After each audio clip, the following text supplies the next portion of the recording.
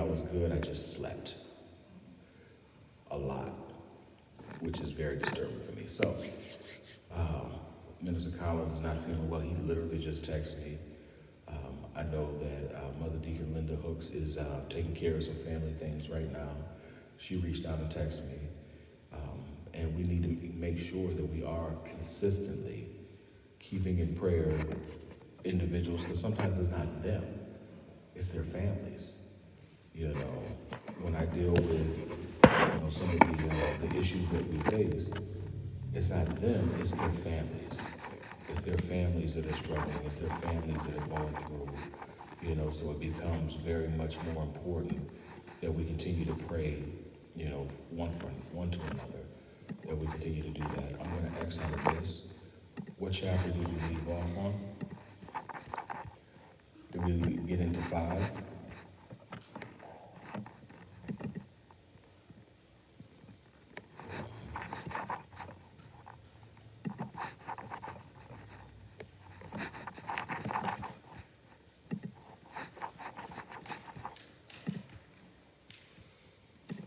Little buddy, are your shoes lighting up? Cool. Actually 6, following God's direction is where we should be, because we were walking in triumph. Yeah. Here's the funny thing, right? Can I share something with you guys? When they first came out with those shoes, I thought that it was always the police popping up somewhere, because all you saw was these flashing lights and always in the dark room, and kids thought that was the funniest thing.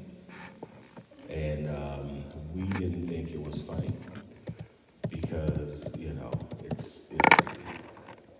All right, so following God's direction, found in 2 sections. Here we are, chapter 6. All right. So let's make sure I have that on here.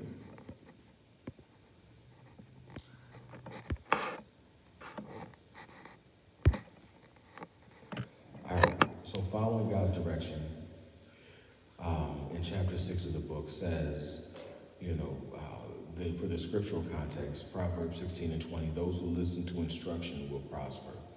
Those who trust in the Lord will be joyful. Okay? Now, here's the important thing about that. Many times we don't listen to instruction or direction because what's our favorite thing that we say? When somebody's trying to tell you something, what's our favorite thing we say? Can't tell me nothing. Why? Because I'm grown. I'm grown. How many of us have actually came out, somebody say, hey man, if I were you, I wouldn't go down that path. Man, you can't tell me nothing because I'm grown. But many of us fail and falter in life because we're so grown that we don't even listen to God. We don't even listen to God, and that becomes a problem. So many times when we look back over our lives, we wonder, were there times where we should have been following the word and the way? It usually comes when we're mapping the trajectory of our lives. So many times it's determined that we are in our own way and we become the biggest obstruction to our progress when we thought that we knew the direction that we were going because we know our plans, but we have not consulted God first. Can we just stop right there for a second? It is unwise for a Christian not to consult God before making major life choices and decisions. Unwise. Because the moment you try to do it without consulting your primary source of information, then you're out there on a limb. And if it fails because you didn't listen, right? Growing up, leaving from getting out of high school, let me see. Now, Sister D, in our area, because I can't see. I really can't see that far. What was the main location that everybody, when they got out of school, where did everybody head down to when we were getting out of school? Because we got a 5-year difference in between each other. Where was everybody going? You remember? Everybody was going to Atlanta, right? Huh? Yeah. Everybody was going to Atlanta. Everybody said, my sister and them got an apartment down there. They're going to let me sleep on the floor until I get on my feet. Have you talked to God? Some people said, well, I'm going to go down to North Carolina. And some people have done really well. Some people have not, because have you talked to God? Have you followed the direction of God for your life? I'm going to go ahead and get married next Thursday because I love him and him love me. Have you consulted God? You know, I'm going to go ahead, I'm going to leave my job because I'm just going to go out here, I'm going to do my thing. Have you talked to God? It's so very important that we look back and we think about these things before we go too far. It's important as you begin to focus your life and you begin to map and plot your life out that you're following the direction of God at all times. You know, there's times when you hear that little voice that says, I might not should do that. That's God telling you, my child, I know the thoughts that I think towards you, thoughts to prosper you, thoughts of an expected end, thoughts of peace and not of ill will. He wants you to recognize that his plans are greater than your plans. So we need to talk to God. We usually don't think about it, like I said, until we start mapping out our life. Has anyone ever done a life map? Kind of figuring out where you want to be at, what you want to do. It's never too late to start. It's never too early to start. You know, really looking back and saying, hey, you know, here's what I want to do with my life. I want to map the next few steps or the next few years or what have you. I want to be able to map it, right? For me, I did it, but how many of you have actually tried to do it? No? Because I feel like I retarget myself if I'm not where it said it should be. Okay. So it's afraid of things. That's big. Recognizing that you, in more than one circumstance, can be your own hindrance because of fear. We operate in faith, but fear sometimes prevents us from hearing from God because our fear becomes overwhelming, our fear becomes anxiety, our anxiety becomes compulsion, and then we become compulsed and compelled to not move forward. We begin to overthink things instead of really taking a step back and saying, God, what do you have for my life? I know. Take my word for it. I know. You know, and it's one of those things where we have to, as the chapter says, we have to begin to look at Proverbs 3, verses 5 through 6, where it says, trust in the Lord with all your heart and lean not on your own understanding. In all your ways submit to him, and guess what? When you're setting your path, he will make your path straight. But you got to consult him first and then begin to follow the direction. You got to be able to trust him more than you trust your fear. Here's the problem. We put more stock in our fear than we do in our faith.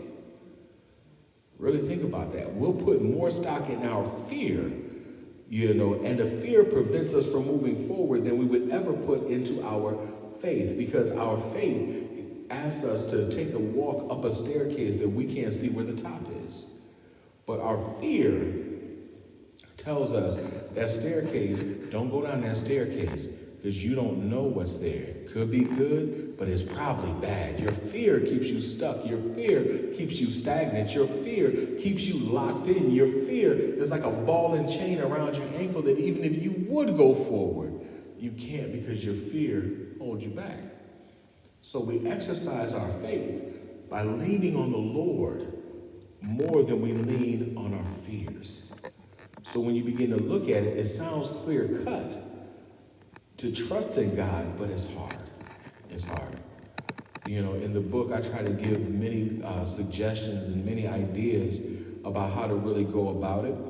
You know, when you follow God, your journey is ongoing and it's continuous. It's constantly developing and expanding, and it's a veritable cornucopia of experience that never develop a dull moment. But because we can be sure of the leader, we can actually be faithful in it, right?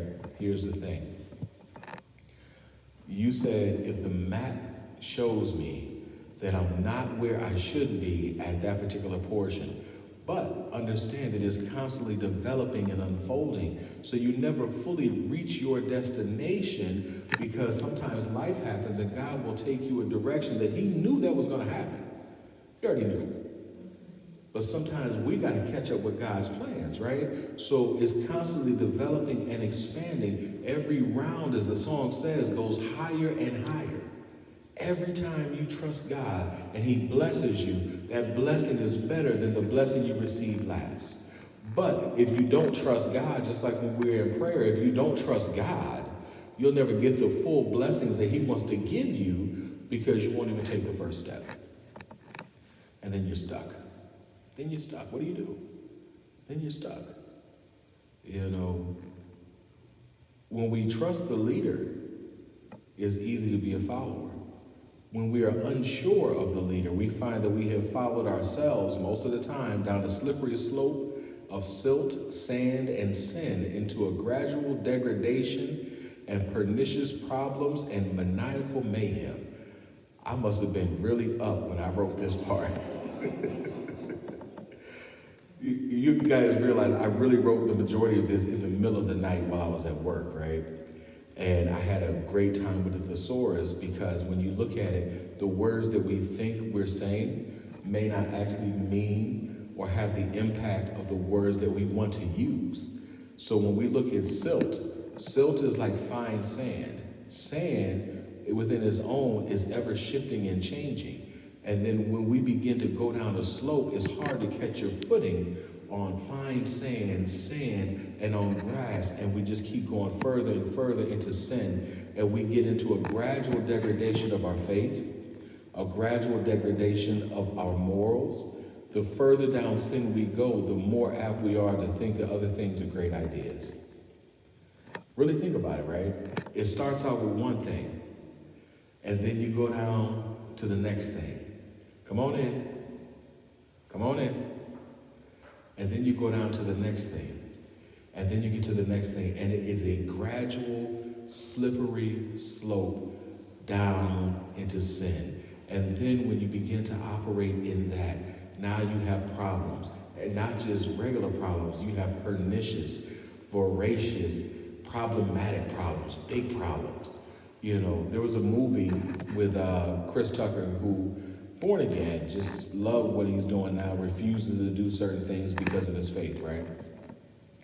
And when you look at it, there's a scene in the movie where I believe the character who had the lollipop, he says, do you have little problems to where you can handle it with this, or do you have great big problems? So here's the thing. You'll find that the further down into the realm of sin you get into, the less likely you are to have little problems. You know, it's one thing, I slipped up. Okay, Father, forgive me for I have sinned. It's been 3 days since my last confession. You get it, right? But then you start getting to these bigger issues, because you're not following the direction of God and your fear is getting the best of you, now any bad idea sounds good. You know, this is where we begin to look at how we get caught up in situations that God has not purposed us to be in, right? Because it sounded like a good idea at the time, because you slid down into where your ability, your moral compass has shifted, because you weren't trusting the direction that God had for you to begin with. So, left up to our own, it seemed like our lots have been cast, and our direction is determined and concreted, but God always sees another way. Jalen, come get a book from right here, son. Because I know that's what you're going to go look for. Thank you in Jesus' name. If we leave it up to our own devices, if we're left up to our own issues, our own choices, if we're left up on our own, it seems like we can't get out of the rut that we've dug ourselves into. But God always sees another way. Now, we're on page 51 in chapter 6. It says, 1 Corinthians chapter 13, verse 11. When I was a child, I talked like a child, I thought like a child, I reasoned like a child, and when I became a man, I did away with childish things. When we follow God, we can begin to pull ourselves out of the childish stickiness of the situations of life. Understand this, and please make sure, please ma'am, please sir, that we're on the same page with this. The reason why many of us get involved in situations because of our moral degradation, and understand, I'm not calling anyone corrupt, but our flesh is corrupt. Our flesh wants what it wants, right? Can we be honest about that? Our flesh wants what it wants. Now, but understand this. The reason why is because there's many times that we may lack a spiritual maturity. We just talked about the life cycle of a disciple. We may lack a spiritual maturity to move us beyond what would be our ability to reason as a child into our reasoning as an adult. Okay? So when you get to a point to where you trust God, Proverbs 3:5-6, and you begin to mature as a Christian, 1 Corinthians 13:11, you begin to see things differently, and now you're in a position where you can clearly, if not always, most of the time though, hear God's direction for your life. You ever try to call your child from downstairs and call them away from what they wanted to do? Let's say, perfect example. In our house, there's a TV in the hallway upstairs. Jalen will go up, he'll sit on the couch, and he'll cut the TV on, and he'll close the door that separates the upstairs from the rest of the house. We will sit and call him probably 5 or 6 times. He will hear us and acknowledge us, now hear the lesson behind it, but he may not respond until we're able to pull him away from what he wants to do. Such is the life of a child, but such is the life of an immature Christian. God will call you. He'll call you several times, and he'll continue to call you until he can pull you away from what your flesh wants to do, right?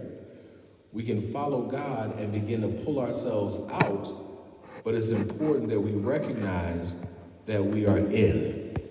So many times we think that everything is going good, and it's not. It's really not. It's manageable, but it's not right. Okay? So we begin to see that there's so many times when God has attempted to give us a clear-cut direction and a directive. However, because of our own carnality, which is our fleshliness, intellectual overthinking is a horrible thing. Can I just share that with you? Have you ever thought yourself out of a blessing?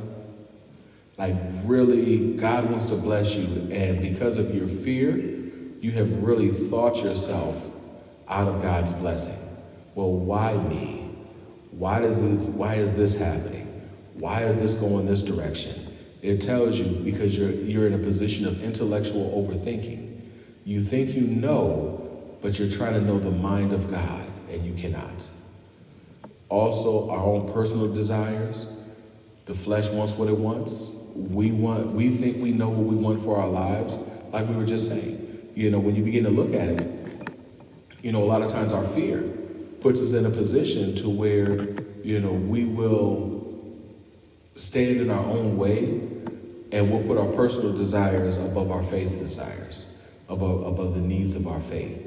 We'll create an environment to where our personal issues, our personal problems, our personal desires actually stand in the way. And as it says at the end of the paragraph, we decided to go contrary to the direction that God has for us to go. We'll do the exact opposite. Can anyone tell me an example of someone in the Bible who God gave a clear-cut directive and they did the exact opposite? Jonah. I need you to go to Nineveh and I need you to preach this word. Okay, cool, I'm on the way to Spain, which is Tarshish. And on the way to Spain, again, which is Tarshish, these countries existed back then, they just weren't called what they were called. He ended up being swallowed by a great fish. Now, some people will say he was swallowed by a whale, but I don't recall whales in the Mediterranean unless they came through the Straits of Gibraltar and never that far in. God can do incredible things. So allowing the great fish to swallow him as he went into that fish and stayed there for 3 days. Now here's the funny thing, you can go contrary to God, but once God's got a hold of you, you ain't got no choice but to go the direction that he told you to go. Because that fish swam around, and where did that fish spit him out at? On the shores of Nineveh. So you can go contrary to God for so long, and when he gets a hold to you, he'll put you right back. But the problem is we want to go contrary because we're not wanting to hear. Many of us hear from God, but we may not want to adequately hear from God because it then puts us in a level of accountability when we hear from God. Accountability is something that many of us struggle with. We don't want to be accountable to people. It's one thing, we don't want to be accountable to our parents, but we have no choice. They pay the bills, we're in their house and everything else. So if lights go off at 11, we sit there with our little phones, little flashlights, tablets underneath the blanket or what have you. We didn't have all of that. So you literally had to sit there with a flashlight because we ain't had that. Y'all got it good. We didn't have that. And I don't know, I was reading comic books because that was still a thing. It still is, but I'm reading comic books under the blanket. Or I'm watching TV. I found something I wanted to watch on TV. God bless his heart, Elijah Galloway, who's my stepfather, has since gone home to be with the Lord. If I had the TV on and I fell asleep, I would wake up and there'd be no power in my room. Because he said, I told you to turn your TV off, so he would cut the circuit breaker off. I thought it was the most horrendous thing on the planet until now. And the circuit breaker is right in my office. I said, Lord, if you have not purposed me in this way, but they're this close. So, we go contrary when we're children, and things get in the way. But when we become adults, we don't want to follow directions. We don't want to be accountable. We don't want to be accountable. We think we know. And it says it clearly right here. We overthink, we have intellectual overthinking, we have carnality, our personal desires. It causes us to go against what God's will is. Now here's the funny thing, when we're dealing with God's direction is about accountability. Because God's direction is not going to change you on my behalf. God's direction is going to change me. So if we don't desire to have the accountability of God in our lives, what ends up happening is we'll go contrary on purpose because I don't want nobody telling me what to do. I don't want nobody putting me in a position where I got to listen to them because who are you to tell me what to do? You put your pants and shoes on the same way I put my pants and shoes on. But the Bible is about accountability. There is a hierarchy order in the Bible. And accountability is the key structure. Why? Because it prevents you from going astray. Because left up to your own devices, you'll destroy yourselves. We all will. We all will. Irreconcilable to the popular idiom and consensus of the time. God will never put something on you he can't pull you out of. But what I should say is he will never allow you to get so deep involved with something that he's unable to provide you a way of escape. People will say, God's not going to put nothing on you more than you can bear. That's a beautiful song. But guess what? He'll put enough on you, but he's going to provide you a way of escape. It's up to you whether you take the way of escape. Okay, Luke the 15th chapter. Certain man who had 2 sons appeared completely different. One son had been obedient on the surface to the father, as many of us have been obedient on the surface to our God. We always talk about the one son, but at least we knew where he stood. The older son was obedient on the surface because when pressed, the problems of what's on the inside came out. He says, I've been here with you the whole time. I'm not the one that went out there. He began to throw his brother under the bus. The brother already knew what he had done. I didn't need you to remind me. It's like I said on Sunday. People always want to come up and, hey, big man, how you doing? Big people don't want to be reminded that we big. Broke people don't want to be reminded we broke. We don't want to be reminded of the situation that we're fully aware every time we open our eyes that we are in. Stop reminding me. So the brother who had just come back from an arduous journey in a far-off country did not need to be reminded of what he had been through. But when pressed, the older brother allowed to be known what was on the inside of him. So on the surface, he appeared to be obedient to the Father, just as many of us, when pressed, will allow our true colors to shine. So it goes further to say, The son was obedient on the surface, as many of us have been obedient to God. The second son, outwardly rebellious to the order of the day. We learn this because we go into the rabbit hole to the life of degradation of the second son. It was his lack of willingness to follow the path the father had set for him to receive his blessings. It becomes a case study in what happens when you're far away from your purpose. Now, understand, both sons were wrong, but the father was still faithful. Can you imagine that? Both sons were wrong. The one son he paid lip service to his obedience, as many of us paid lip service to the Father God. The other son was openly rebellious.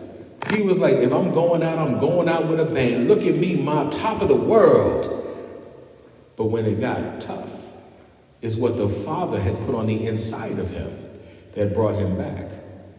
You know the story. I don't have to go into it. He got there and said, which one of my father's servants are faring better than me? I'm going to go to my father, say, I've sinned against you. I've sinned against God. Make me as one of your servants.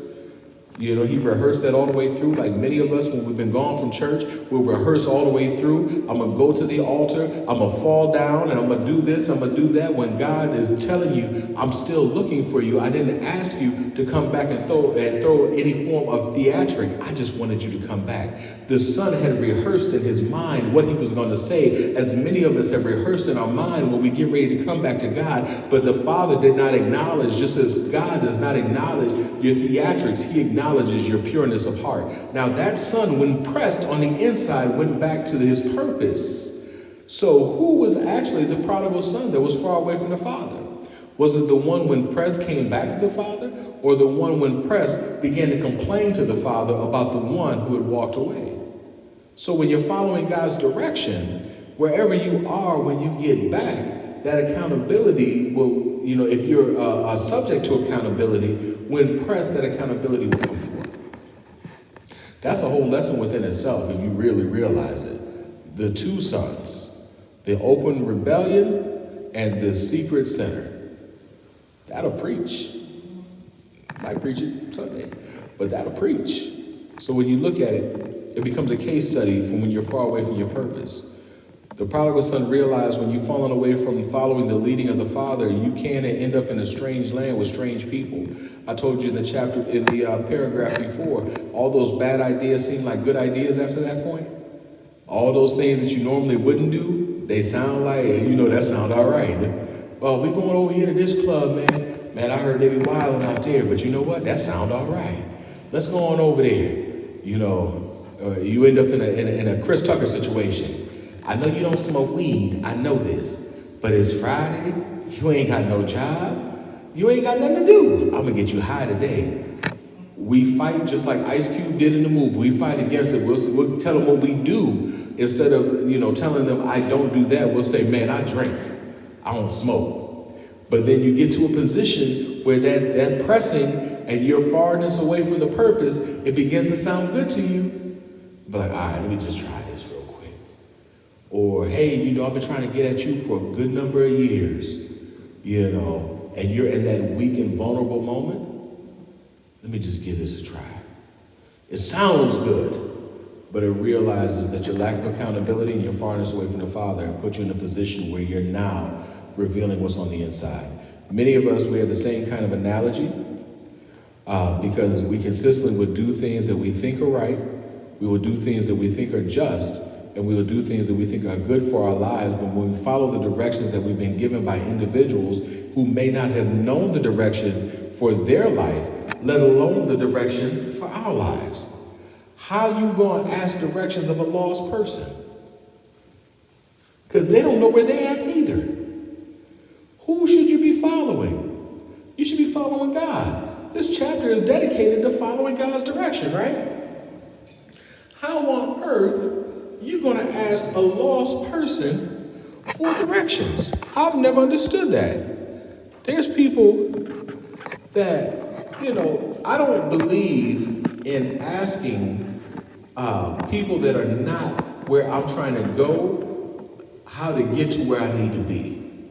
If you're constantly telling me you're broke, if you're constantly telling me you have no plans, if your plan is to do this until you die, I am not going to ask you for directions for my life. because you're not where you should be, let alone do you know where I should be.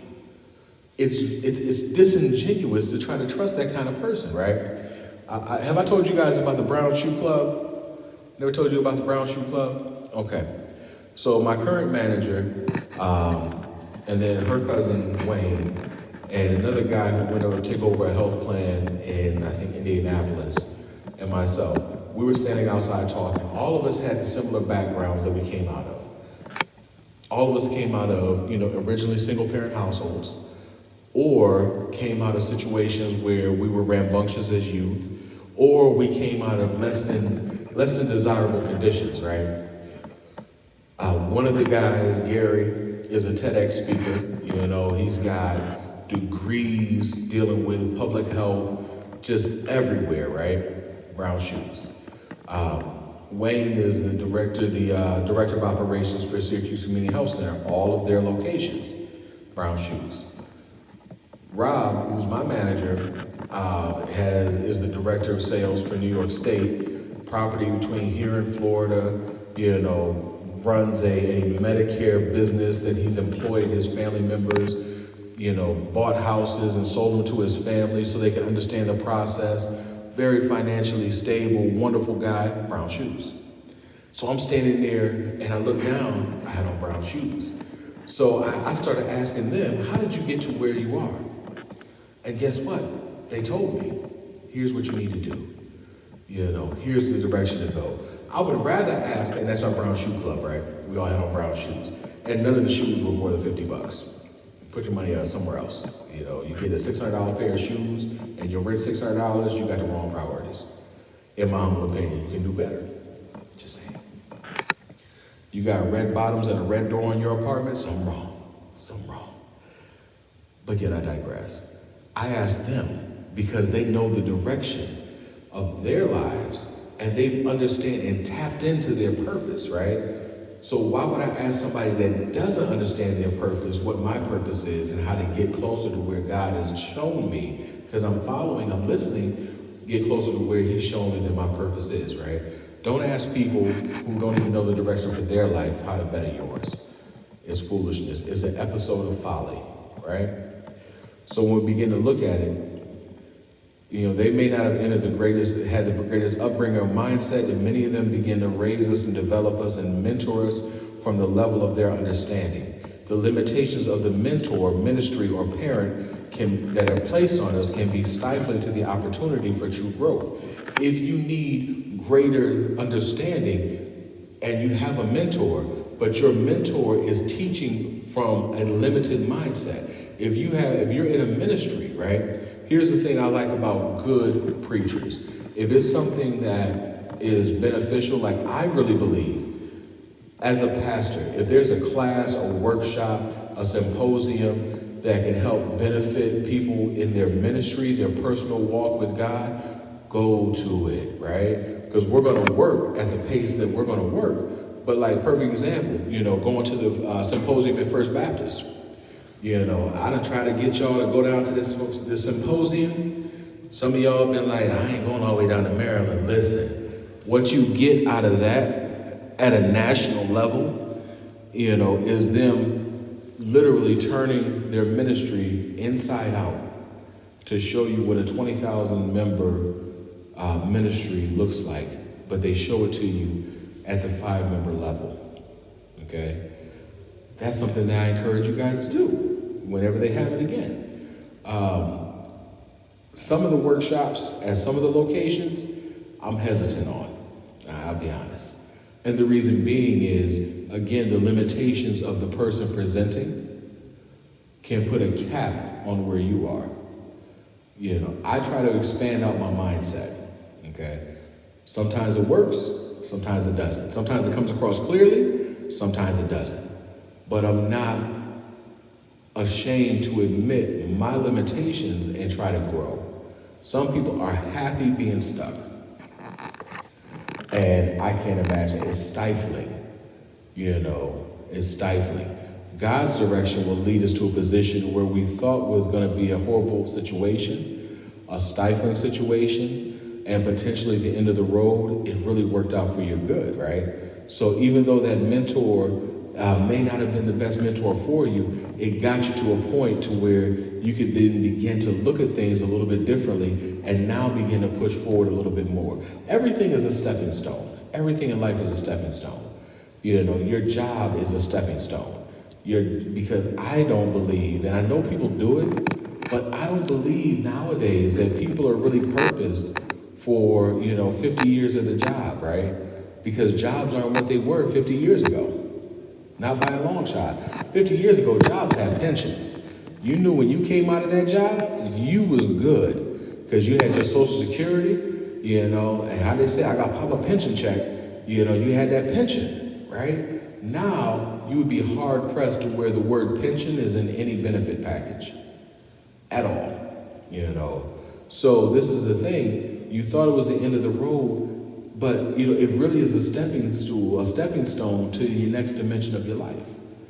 If you follow God's direction, what you thought was going to destroy you really begun to work out for your benefit. What we thought was going to destroy us has really lifted us up and put us in a position where God can get the glory because he pulls us out of it.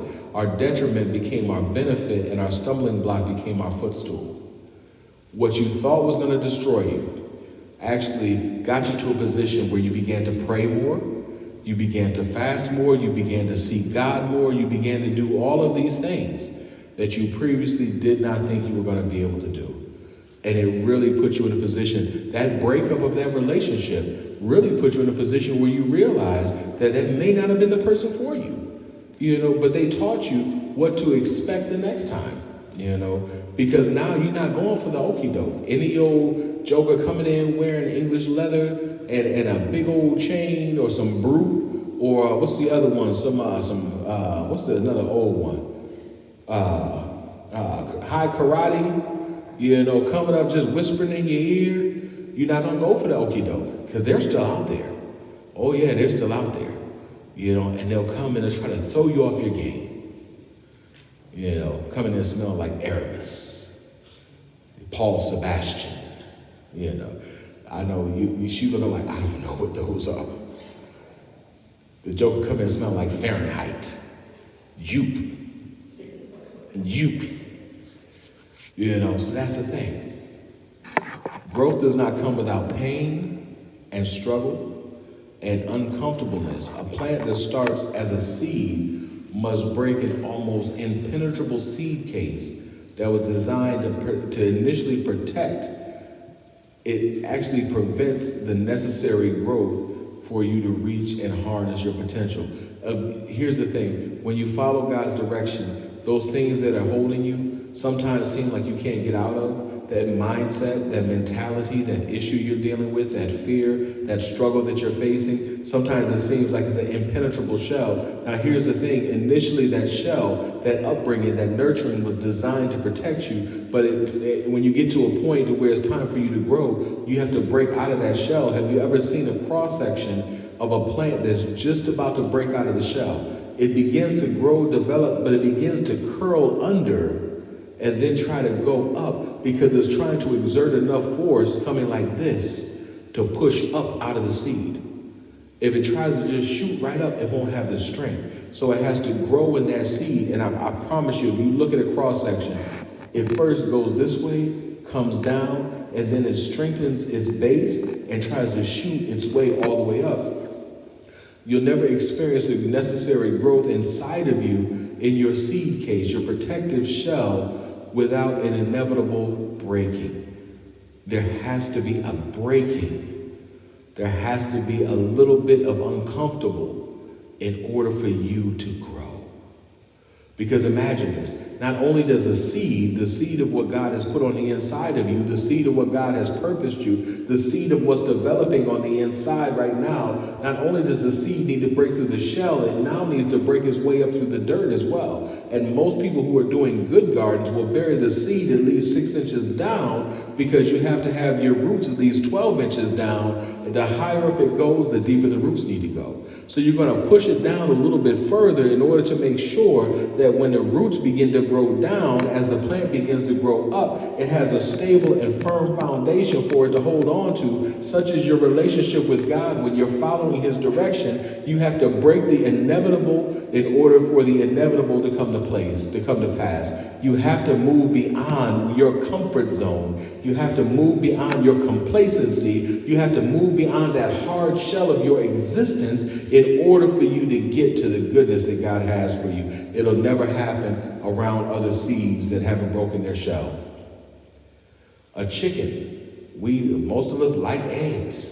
We love eggs, but an egg in its natural state is a shell case for an embryonic being to be protected. Do you realize, as much as we try to make sure that eggs are protected in styrofoam, that an actual egg that hasn't been ripped from the incubator can actually withstand 200 pounds per square inch of pressure? People don't realize that. An egg is stronger than you believe, which is why you got to try to crack it on a pressure point against something, because you very rarely will be able to break the shell without exerting more force than you realize on a natural egg. Not these farm-raised chickens with no head, eggs sitting in the incubator, just weird little things. It's different, right? But we'll try to protect it. But it's an embryonic case for a creature. Now, when you look at it, until that embryo gets to a point where it's outgrown, there's a lesson in that, where it's outgrown the protective case, until it gets to the point where it begins to start pecking. It gets to those pressure points, starts pecking. You'll hear it from the inside out, like, you'll hear it. You ever been around an egg when it's about to hatch? Just a little. You'll start hearing it. It's because the case that was designed to protect it is now too small to hold what's on the inside. Imagine that. What God has placed on the inside of you, the case that was purposed and designed to protect it, is now too small to hold it. And because it's too small to hold it, it's got to be broken. But you can't be in a dozen with other eggs that's not growing and expect for somebody who's also in the case next to you to try to tell you how to get out of the case, how to get out of the egg, because they're not out the egg neither, okay? Our growth is inescapable if we're going to follow his direction.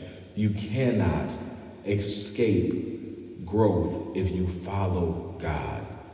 It's an impossibility. If you truly follow the direction he has for your life, there's absolutely no way that you cannot grow. If you're not growing, then you're not listening. If you're not listening, then you're becoming contrary to the purpose that God has for your life. You have to listen. What do we say at the beginning? You have to listen to your faith and not your what? Fear. You listen to your faith will carry you on to that next level of your life. You listen to your fear will tell you don't take a walk up the staircase because you don't know where it goes, but your faith will say, I'll take you all the way to the top because we trust the leader. We heard about this in the beginning of the chapter. It's easier for you to follow when you trust the leader. You lean not to your own understanding. You develop a spiritual maturity, and then you're able to hear from God directly and follow his direction. And if you're following the direction of God, it's impossible for you not to grow. There's times when we get off course and we can fall by the side of the road, but had we just adhered to the plan and stayed on the path, God's directing could have gotten us closer to our destiny quicker and with less bumps, stops, and starts than we've experienced. But when we do begin to get back on the path and follow the directions that God has placed in our lives, we can begin to avoid many trappings of life. Like I said, the guy coming up smelling like high karate. The guy coming up smelling like Paul Sebastian, like Aramis, like all of these other fragrances that the guys in the 70s would run around with his shirt open down to the middle of his chest and all his taco meat hanging out with them leather pants on, them double neck gabardines with a pair of camel shoes on, and but he can make it sound good, he can make it sound slick, and this is the thing, you won't fall for that. Or maybe it's that big buff brother, they can just, he tall and Idris chocolate, he can just talk to you, his voice is like this, and he says, hey girl, how you doing? You can avoid that. Be like, hey, Satan, I see you. Back yourself up now. I see you. You can avoid that, right?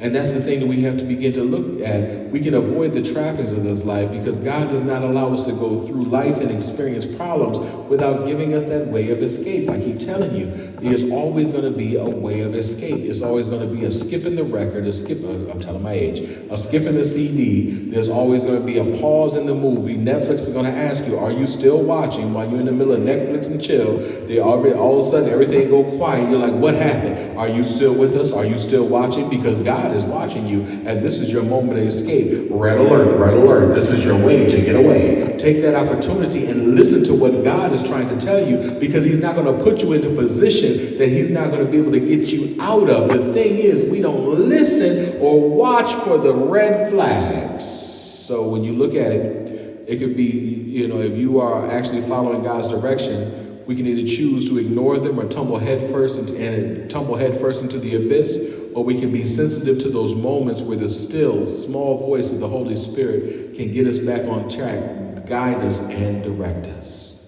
But you got to be sensitive to it. When you develop a spiritual maturity, back to 1 Corinthians 13 and 11, you begin to put away the childish things and you begin to reason like a mature Christian. The voice is similar to GPS. GPS in a car directs us back to the route that we were on, that God placed us on. When you're going the opposite to the path, you'll hear, and this has been my mistake, I want to go my way. And I'll say I know where I'm going. Then what am I using GPS for, right? It says, in 600 feet, please make a U-turn when it is safe. How do I know? Because I do it all the time, right? I'll go past something, and it'll tell me, in 800 feet, please make a U-turn when it is safe. And then what ends up happening? Please proceed back to the route. This is God talking to you. Please proceed back to the route. And then what happens? Your GPS goes silent. It'll keep giving you subtle clues. And then it says, if you're not going to listen, I'm not going to talk. God says, if you're not going to listen, why am I wasting my time talking to you? If you're not going to listen, you don't want to grow, stay stuck. But don't blame me if things don't change in your life, because things will only change when things change. Your ways are dangerous enough without going headfirst into impending trauma and calamity. So always the shift back on course will come at an opening in the road where you can effectively adjust, change course and trajectory without concern of additional damage. That's why it says, make a U-turn when it is safe. Because if you make a U-turn when it is not safe, you can run headfirst into another situation. And this is where we tell people, when they get out of relationships, why don't you get yourself a cooling off period? Let everything rest for a minute. The reason being is, if you make a U-turn and you're trying to get back on course and you're getting out of somebody else's car and you jump right into somebody else's car going the opposite direction, you don't know what's going on, and you're putting yourself back into a situation that you may not be ready for at that moment. There needs to be a cooling off period. And I'm talking specifically about relationships, right? Because a lot of times people will be serial daters, serial daters. They go from relationship to relationship to relationship with no break in between. What happens is, if we were just courting, it would be okay. Because you may have an emotional attachment, but you don't have that spiritual or that physical attachment to that individual, right? But when you're dating, as we would call it, we seeing each other, we talking. Y'all ain't talking. Cut it out. Everybody talking about we talking. That don't mean what it is supposed to mean. When we get into that situation, we're not really prepared, because we have not put ourselves in a position where we can get back on the path of God afterwards. So I always encourage a time, a break, a cooling off in between, so that you can get yourself back in order, and this is the thing, when you get ready to change course, and you really need to be in a position to where you recognize that if you keep going that same way, you'll get additional damage. You follow God's direction, you can and you will experience greater joy. The world is unable to provide it for you, and you begin to experience the successes that He has in store. The world, it was the song we should sing, this joy that I have, the world didn't give it to me. The world didn't give it, and the world can't take it away. The joy that God has for you is so great. It's so magnanimous. It's so just huge. You know, bless his heart. Billy Fusillo used to say it's huge. That's how big it is. 4 letters stretched out to 16 seconds. That's how the blessings of God want to overtake you. If you ignore the path that God has for you, you'll experience a path full of pitfalls and misdirection and letdowns. So much so that you can find yourself wanting to throw in the towel. But that's when God will place you back on track. It's like a piece on a chessboard. It's knocked over by the wind of life. He'll set you back up and put you back into the game to continue for the end when you trust him. When you follow his game plan and strategy, and when you follow his directions, that's when it'll change. I'm a witness that when God places you on a trajectory for greatness, you cannot and you will not be disappointed by the end results. There may still be some hiccups along the road. It's true. That can be assured. However, once you realize that shifting to the wavelength and direction of God is a process, and part of the process is testing you and preparing you for the next level that he's placing on you, you can begin to live with the assuredness that all things work together for your good because of 2 things. You love the Lord, and you are operating in your purpose within which you were called. Follow God's direction. Now, there's times when we've missed the clues of God, and it took us a while to get back on course. I want you to think about that for next week, and we'll pick up. But I want you to really think about it. There's times when we got off course, and we had nobody to fault except for ourselves. Because God gave you opportunity, he gave you escape, and he gave you the understanding that what you're in, you can't be in. You can't rest in it. You can't die in it. You can't dwell in it. You can't sit in it. That's the thing you need to recognize about God. Amen? Did anyone enjoy the lesson tonight? Because I enjoyed